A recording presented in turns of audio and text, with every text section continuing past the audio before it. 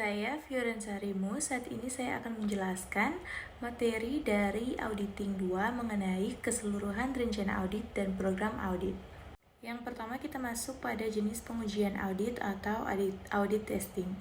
Dalam mengembangkan keseluruhan rencana audit, auditor memiliki 5 jenis pengujian yang dapat digunakan untuk menentukan apakah laporan keuangan telah disajikan secara wajar. Pengujian tersebut meliputi yang pertama, proses untuk memperoleh pemahaman atas internal control, kedua, test of control atau uji pengendalian, ketiga, substantif test of transaction atau uji substantif atas transaksi, keempat, prosedur analitis, dan yang kelima, pengujian terinci atas saldo.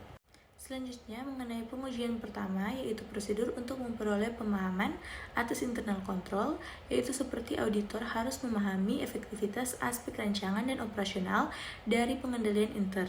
5 jenis prosedur audit yang berhubungan dengan pemahaman auditor terhadap pengendalian intern yaitu: yang pertama, memperbarui dan mengevaluasi pengalaman auditor terlebih dahulu. Yang kedua, meminta keterangan dari personil klien. Ketiga, membaca manual sistem dan kebijakan klien. Dan keempat, menguji dokumen dan arsip. Untuk yang kedua, mengenai uji pengendalian atau test of control, itu merupakan prosedur yang digunakan untuk menguji efektivitas kebijakan dan prosedur pengendalian yang diterapkan untuk menilai control risk atau risiko pengendalian. Pengujian ini meliputi jenis prosedur audit sebagai berikut. Yang pertama, meminta keterangan dari personil klien. Kedua, menguji dokumen, arsip, dan laporan. Ketiga, mengamati efektivitas yang terkait dengan pengendalian. Dan yang keempat, melaksanakan kembali prosedur klien. Untuk contohnya, yaitu yang pertama, menyamakan invoice supplier dengan purchase order dan receiving report sebelum menyetujui pembayaran invoice. Dan contoh yang kedua yaitu seperti memeriksa kartu absensi karyawan sebelum menyetujui pembayaran uang lembur. Selanjutnya, untuk pengujian ketiga mengenai uji substantif atas transaksi, di mana pengujian substantif ini adalah prosedur yang digunakan untuk menguji salah satu moneter yang secara langsung mempengaruhi ketepatan dari saldo laporan keuangan. Substantif test atau pengujian substantif terdiri dari substantif test of transaction dan detail test of balance. Substantif test of transaction merupakan prosedur yang digunakan untuk menguji salah satu moneter untuk menentukan apakah transaksi related audit objektif atau tujuan audit terkait dengan transaksi telah terpenuhi. Selanjutnya yaitu prosedur analitis. Prosedur analitis meliputi perbandingan dari jumlah yang tercatat dengan angka tertentu yang dikembangkan oleh auditor. Prosedur ini biasanya menggunakan kalkulasi rasio yang dibandingkan dengan rasio tahun sebelumnya atau rasio perusahaan sejenis atau rasio average industri.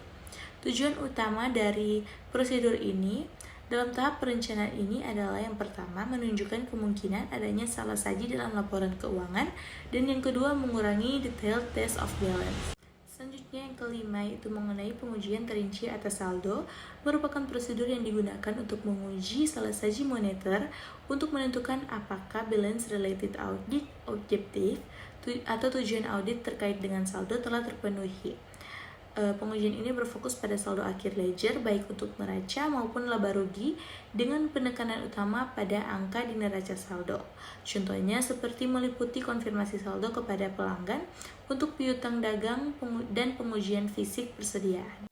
Selanjutnya kita masuk pada risiko pengujian dalam audit proses, dan dalam risiko ini ada yang pertama ada substantif testing of transaction, yaitu umumnya akan lebih efisien untuk menguji control risk pada level yang lebih tinggi dengan melakukan test of control. Hal ini tergantung dari perbandingan biaya untuk melakukan test of control dibandingkan dengan substantif test yang mungkin timbul dari control risk yang tinggi. Yang kedua ada test of detail of balance. Nah, dalam test of detail of balance ini, jika planet detection risk rendah serta inherent risk dan control risk tinggi, maka rencana pengujian detail of balance harus tinggi. Selanjutnya kita masuk pada rancangan audit program. Umumnya audit mendesain sebuah audit program dalam 3 bagian. Yang pertama, pengujian atas pengendalian dan pengujian substantif atas transaksi. Kedua, prosedur analisis, dan yang ketiga, pengujian atas rincian saldo. Selanjutnya, untuk pengujian atas pengendalian pengujian substantif atas transaksi, ada beberapa langkah pendekatan ketika auditor merencanakan untuk mengurangi risiko pengendalian. Yang pertama, menggunakan tujuan audit terkait transaksi terhadap kelas transaksi yang diuji, misalkan seperti penjualan. Kedua, mengidentifikasi pengendalian utama yang dapat mengurangi control risk pada setiap transaksi related audit objektif. Yang ketiga, test of control yang tepat disusun untuk seluruh internal control yang digunakan untuk mengurangi penilaian awal terhadap control risk di bawah maksimum. Yang keempat, mendesain pengujian substantif test of transaction dengan mempertimbangkan kelemahan internal control dan hasil dari test of control atau test of control dan substantif testing dapat dilakukan secara simultan. Selanjutnya, untuk prosedur analitis, karena murah, biaya pelaksanaan analitikal prosedur relatif rendah. Banyak auditor melaksanakan prosedur analitik secara ekstensif pada semua tahapan audit. Prosedur analitik dapat dilaksanakan pada ketiga tahapan audit, yaitu pada tahap perencanaan audit, yang kedua pada tahap pelaksanaan audit, dan yang ketiga pada tahap penyelesaian audit.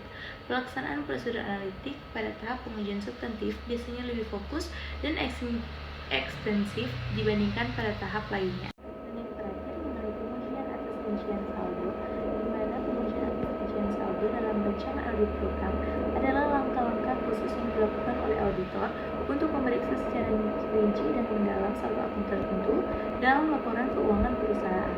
Tujuannya adalah untuk mengumpulkan bukti audit yang memadai untuk menentukan keakuratan dan kelayakan saldo akun tersebut.